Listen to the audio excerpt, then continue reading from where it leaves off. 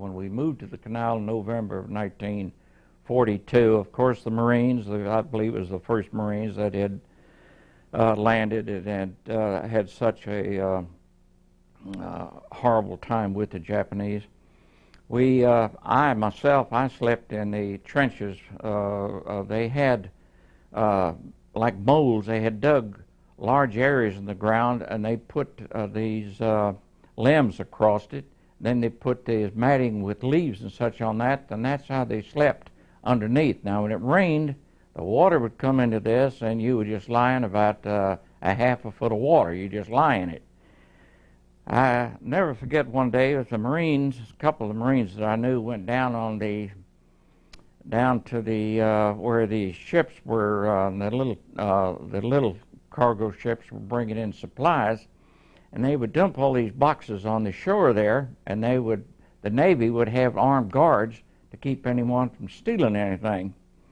And one day these two Marines went up there, and one was talking to this Navy fella, and the other one around behind the back of the tent, and was able to get a box of a great big box of canned fruit cocktail.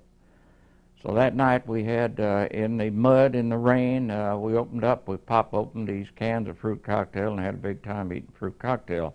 Now, the only thing that our squadron had to eat at that time was these big cans of crackers, these great big tins of crackers, and we had, I think it was grape jelly. And that's all I could remember, is eating crackers and grape jelly. I washed my teeth with sand until they were able to capture Japanese, and they were able to get some of their tooth powder that they were given, and we began to use that. But I used sand to wash my teeth. I was young at the time. I didn't have to worry about shaving. I didn't even have any whiskers.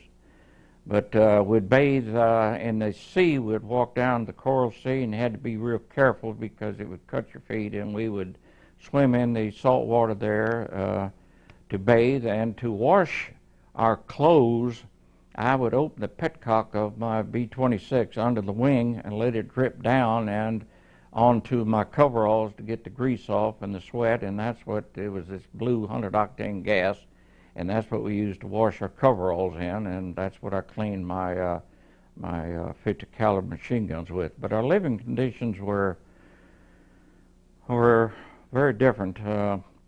Like I say, we lived in the slit trenches, or I slept in the tail of my aircraft because I didn't have to. I could close the little slit door in the back there, and I could sleep back there, and it could rain all it wanted, and it rained all the time.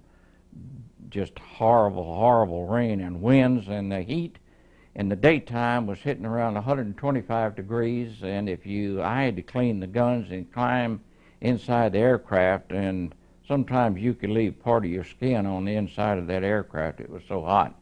We'd clean our guns on the outside on ammo boxes, and then I would oil them down, set them, and then put them in their places or their positions that went, especially my tail guns.